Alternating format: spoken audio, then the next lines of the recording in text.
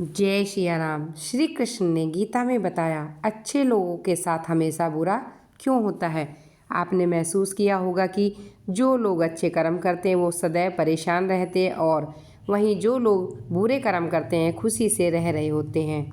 अच्छे कर्म करने वाले यह सोचकर परेशान रहते हैं आखिर उन्हें इतनी परीक्षा क्यों देनी पड़ रही है, जबकि जो अधर्मी होते हैं वे खुश हैं और ज़िंदगी का मज़ा उठाते हैं। अगर आपके मन में ये सवाल है तो आज हम आपको इसका जवाब देंगे। ये वो जवाब है जो भागवत गीता में लिखा गया है। श्री कृष्ण अर्जुन को कहते हैं, भगवत गीता में वर्णित कथा के अनुसार जब भी अर्जुन के मन में कोई दुविधा होती थी तो वो श्री कृष्ण के पास पहुंच जाते थे। एक बार की बात है, अर्जुन ने भगवान श्री कृष्ण के समीप आकर कहा वो दुविधा में है, इसका जवाब वो श्री कृष्ण से चाहते हैं। श्री कृष्ण ने पूछा क्या सवाल है। अर्जुन ने कहा मुझे जानना है अच्छे लोग हमेशा दुखी क्यों रहते हैं और उनके साथ हमेशा बुरा क्यों होता है, वहीं बुरे लोग बहुत खुश दिखते हैं। अर्जुन के मुंह से ऐसी बातें सुनकर श्री कृष्ण जी मुस्कुराए और कहा मनुष्य जैसा सोचता है वैसा महसूस करता है और कुछ नहीं होता, बल्कि अज्ञानता की वजह से वो सच्चाई नहीं समझ पाता है। अर्जुन उनकी बात नहीं समझ पाए।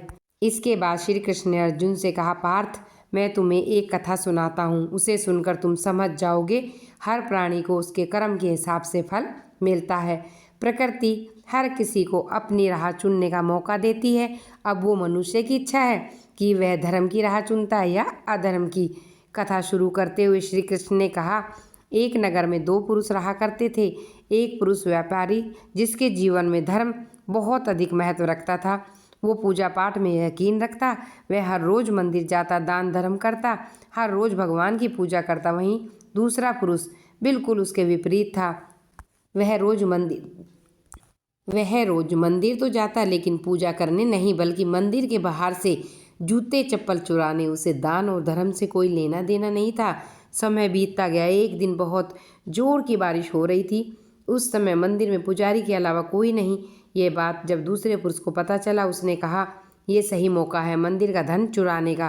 पंडित जी से नज़र बचाकर उसने मंदिर का सारा धन चुरा लिया। उसी समय धर्म कर्म में विश्वास रखने वाला व्यक्ति भी आ गया। दुर्भाग्य से मंदिर के पुजारी ने उसे चोर समझ लिया और चिल्लाने लगा। वहाँ लोग इकट्ठे हो गए, उसे बहुत मारा। किसी तरह वो बचते बचाते वहाँ से निकल गया।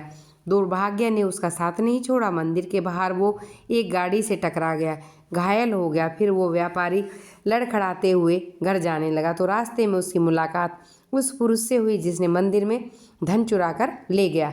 उसने कहा आज तो मेरी किस्मत चमक गई, एक साथ इतना सारा धन मिला।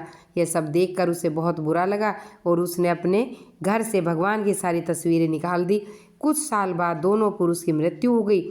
मरने के बाद जब दोनों यमराज की सभा में पहुँचे, भले पुरुष ने दूसरे व्यक्ति को कहा। उसे बहुत गुस्सा आया। उसने क्रोधित होकर यमराज से पूछ ही लिया, हे प्रभु, मैं तो हमेशा अच्छे कार्य करता था, दान में विश्वास रखता था, उसके बदले जीवन भर मुझे अपमान और दर्द मिला। इस व्यक्ति को नोटों से भरी पोटली, आखिर ऐसा भेदभाव क्यों? इस पर यमराज ने कहा, पुत्र तुम गलत नहीं हो, तुम मेरी बात समझने की कोशिश करो। जिस दिन तुम्हारी गाड़ी से टक्कर हुई वह दिन तुम्हारे जीवन का आखिरी दिन था, परंतु तुम्हारे अच्छे कर्मों की वजह से तुम्हारी मौत सिर्फ एक छोटी सी चोट में बदल गई।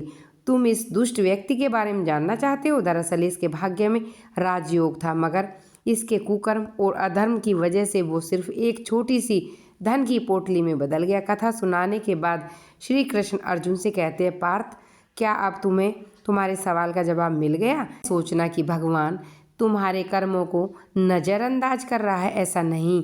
ऐसा सोचना भी नहीं। भगवान हमें कब किस रूप में मिल जाए मनुष्य को समझ में नहीं आता, लेकिन यदि आप अच्छे कर्म करते हो तो भगवान की कृपा हमेशा बनी रहती। इसलिए अपने अच्छे कर्मों को बदलना नहीं चाहिए, क्योंकि उसका फल हमें इसी जीवन में मिलता है। इसलिए मनुष्य का फर्ज है वो हमेशा अच्छे कर्म करते रहे, क्योंकि श्री कृष्ण ने गीता में बताया है कि किसी के द्वारा किया गया कर्म बेकार नहीं जाता, चाहे वो अच्छा हो या बुरा।